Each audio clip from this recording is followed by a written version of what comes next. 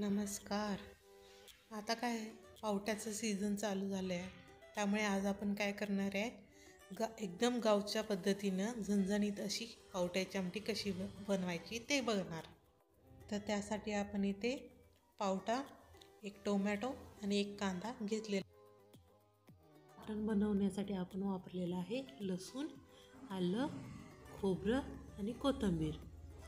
आता हे सगळं आपण खलबत्त्यामध्ये घ्यायचं आहे आणि जरा मोठं मोठं कुटून घ्यायचं आहे. मोठं ठेवल्याने काय होतं, तर ते वाटण जे आहे ते आमटीमध्ये मिसळून जात नाही ना, ते दिसायला पाहिजे थोडं थोडं, आणि ते जर दाताखाली आलं ना तर ते खूप छान लागतं. तर हे पहा, आपण असं मोठं मोठं कुटून घेतलेलं आहे आणि इथे आपण असे पावटे धुवून घ्यावेत. त्याच्यानंतर हे कांदा, टोमॅटो सगळे कट करून घेतलेले. तर आपण एका पातेल्यामध्ये आता तेल घालणार आहे.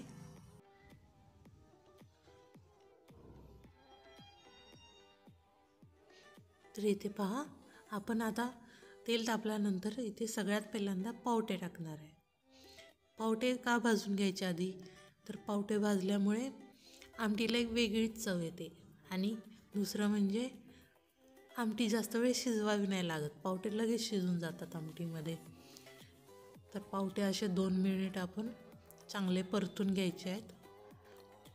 त्याच्यामध्ये थोडंसं मीठ टाकायचं. तर इथे मध्यम आचेवरती थोडेसे पावटे भाजून घ्यायचे आहेत. तर आता आपण पावट्याचा थोडासा कलर चेंज होईपर्यंत त्याला परतून घेणार आहोत. हे बघा, पावट्याचा कलर थोडा थोडा चेंज व्हायला लागला आहे आणि इथे बघा आपले पावटे पूर्णपणे परतलेले आहेत. हे असे पावटे भाजून घ्यायचे आहेत आपण. आता राहिलेल्या तेलात आपण पहिल्यांदा जिरे घालायचे आहेत. जिरे चांगले तडतडले की त्यामध्ये एक चिरलेला कांदा तो परतून घ्यायचा आहे चांगला. कांद्याचा कलर थोडा बदलेपर्यंत तो परतून घ्यायचा. त्याच्यानंतर एक चिरलेला टोमॅटो, दोन्ही चांगले परतून घ्यावेत. तो परतल्यानंतर त्याच्यामध्ये आपण केलेलं वाटण घालायचं आहे आणि थोडीशी हळद.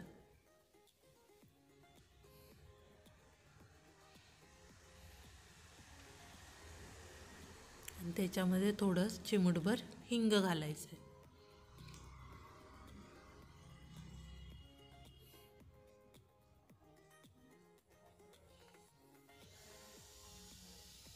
आता हे मिश्रण आपण चांगलं परतून घेतल्यानंतर त्याच्यामध्ये आपण परतलेले पावटे घालायचे.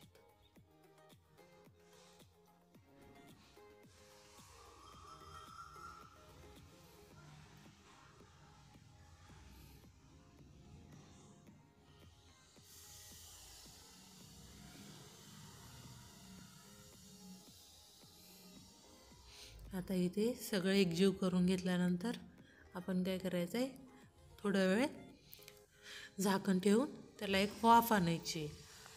वाफ आल्यानंतर काय होतं, सगळं एकदम मिसळून जातं. आता याच्यामध्ये आपण घरची चटणी वापरलेली आहे 2 चमचे.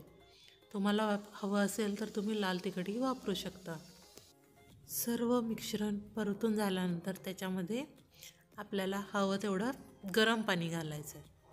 गरम पाणी घातल्याने काय होतं, आमटीला तवंग चांगला येतो, कलर पण चांगला येतो आणि टेस्ट पण वेगळी लागत नाही, टेस्ट पण एकदम छान लागते. तर हे पहा, आपल्या आमटीला कसा कलर आलेला आहे. ह्यामध्ये तुम्हाला हवं तसं तुम्ही पाणी. तर आता आपण यामध्ये चवीनुसार मीठ घालणार आहे. मीठ घातल्यानंतर एकदा चांगलं हलवून घ्यायचं आहे आणि मीडियम गॅसवरती याला थोडा वेळ शिजवून घ्यायचं आहे. तर हे पहा, आपल्या आमटीला कसा कलर आलेला आहे आता. आणि आपली आमटी शिजत आल्यानंतर त्याच्यामध्ये थोडंसं शेंगदाण्याचं कूट घालायचं आहे. तुम्हाला हवं असेल तर घालू शकता, नसेल तर ऑप्शनल आहे. तर हे पहा, आपली आमटी तयार आहे. कसं छान कलर आलेला आहे आपल्या आमटीला आणि एकदम गावाकडच्या स्टाईलची गावरान पावट्याची आमटी तयार आहे.